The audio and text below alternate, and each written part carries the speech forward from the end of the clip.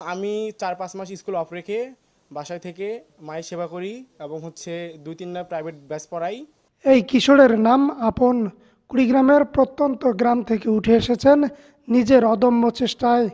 SSC পরীক্ষায় জেলার সেরা, অথচ এখন তার সামনে সবচেয়ে বড় প্রশ্ন, কি হবে ভবিষ্যৎ।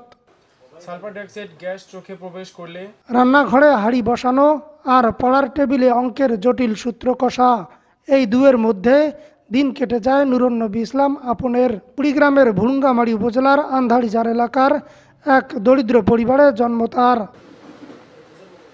কোনোদিন কোচিংয়ে যাননি, তবুও কারিগরি শিক্ষা বোর্ডের অধীনে নাগেশ্বরী সরকারি টেকনিক্যাল স্কুল অ্যান্ড কলেজ থেকে 2600 নম্বরের মধ্যে 2300 পেয়েছেন, হয়েছেন জেলার প্রথম। আপনের এই সাফল্যে তাক লেগেছে পুরো এলাকাবাসীর। ছেলেটি ছাত্র হিসেবে অত্যন্ত ভালো, সে যথেষ্ট পরিশ্রমী, সে নিজের চেষ্টায় অনেক দূরে গিয়েছে। শুনলাম সে ভালো রেজাল্ট করেছে কুড়িগ্রাম জেলার মধ্যে, এটি আসলে আমাদের গর্ব। কিন্তু তার যে আর্থিক দৈন্যতা, এটি তার চলার পথে অন্তরায়। হয়তো যদি কেউ কোনো সহৃদয়বান ব্যক্তি যদি এক্ষেত্রে বা সরকারিভাবে কোনো সহযোগিতা পেত, তাহলে আমার মনে হয় ছেলেটি নির্দ্বিধায় ভালো কিছু করতে পারত, তার নিজের ভবিষ্যৎ এবং দেশের জন্য সে কিছু করতে পারত। কিছুদিন আগে তার বাবা সমিলে কাজ করতে গিয়ে অ্যাক্সিডেন্টে বিরাট ধরনের একটা ক্ষয়ক্ষতির সম্মুখীন হয় এবং তার মা দীর্ঘদিন থেকে অসুস্থ। এই অসুস্থ বাবা মাকে নিয়ে সে যে এরকম লেখাপড়া করছে, আমাদের এলাকার জন্য গর্ব এবং আরও 10 জনের ছেলে মেয়ের জন্য সে আদর্শ হিসেবে থাকবে আর কি। আপনের বাবা 6 মিলে কাজ করতেন। 9 মাস আগে দুর্ঘটনায় পা ভেঙে আজ প্রায় কর্মক্ষম নন। মা নূরজাহান বেগম অসুস্থ দীর্ঘদিন ধরে। সংসারের সব দায়িত্ব এখন এই কিশোরের কাঁধে। ছেলেটাকে যে সহযোগিতা করব এমন কোনো সামর্থ্য নাই আমার।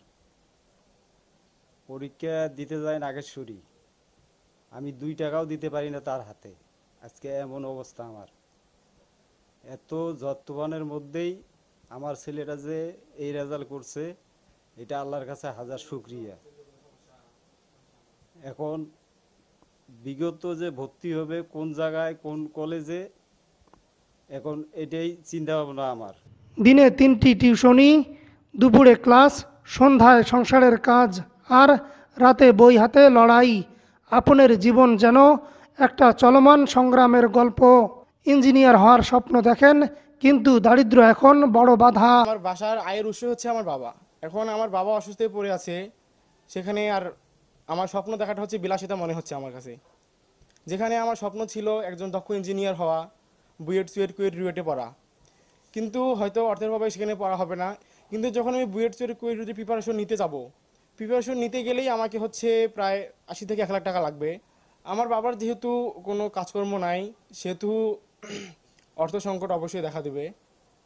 কারণ আমাদের আয়ের আয় 1 টাকা আয় হচ্ছে না, কিন্তু প্রতিদিন ঠিকই ব্যয় হচ্ছে। পড়াশোনার পিছনে উচ্চশিক্ষার জন্য অনেক টাকা খরচ হবে। সো টাকা পয়সার কারণে হয়তো আমি উচ্চশিক্ষার জন্য বুয়েট থেকে কুয়েট রোডের প্রিপারেশন নিতে পারবো না বা ভর্তি পরীক্ষা দিতে পারবো না। সরকারি কিংবা বেসরকারি পৃষ্ঠপোষকতা পেলে আপনের মতো ছেলেরা দেশকে অনেক কিছু দিতে পারবে, এমনটাই জানালেন এই শিক্ষক। একটা গরিব ঘরের সন্তান হয়েও অত্যন্ত পরিশ্রম করে নিজে প্রাইভেট পড়িয়ে সে এই রেজাল্ট করেছে। আমরা তার এই রেজাল্টের জন্য তাকে ধন্যবাদ জানাই, তার জীবনের সাফল্য কামনা করি। তবে যেহেতু সে আর্থিকভাবে দরিদ্র, যদি কোনো বিত্তবান লোকজন এগিয়ে আসে তার পরবর্তী পড়াশোনার সহযোগিতা করার জন্য, তাহলে আসতে পারে। আমাদের প্রতিষ্ঠান থেকেও আমরা যথাযোগ্য যতটুকু সম্ভব আমরা সহযোগিতা করব। অর্থের অভাবে থেমে যায় অনেক স্বপ্ন, তবে যদি রাষ্ট্র, সমাজ কিংবা কোনো সংগঠন আপনের পাশে দাঁড়ায়, তবে একদিন সে হাসি ফোটাবে বাবা মায়ের মুখে, বদলে দেবে নিজের ভবিষ্যৎ। হাফিজুর রহমান হৃদয়, এশিয়ান টেলিভিশন, নাগেশ্বরী সরকারি technical school and college, Kurigram.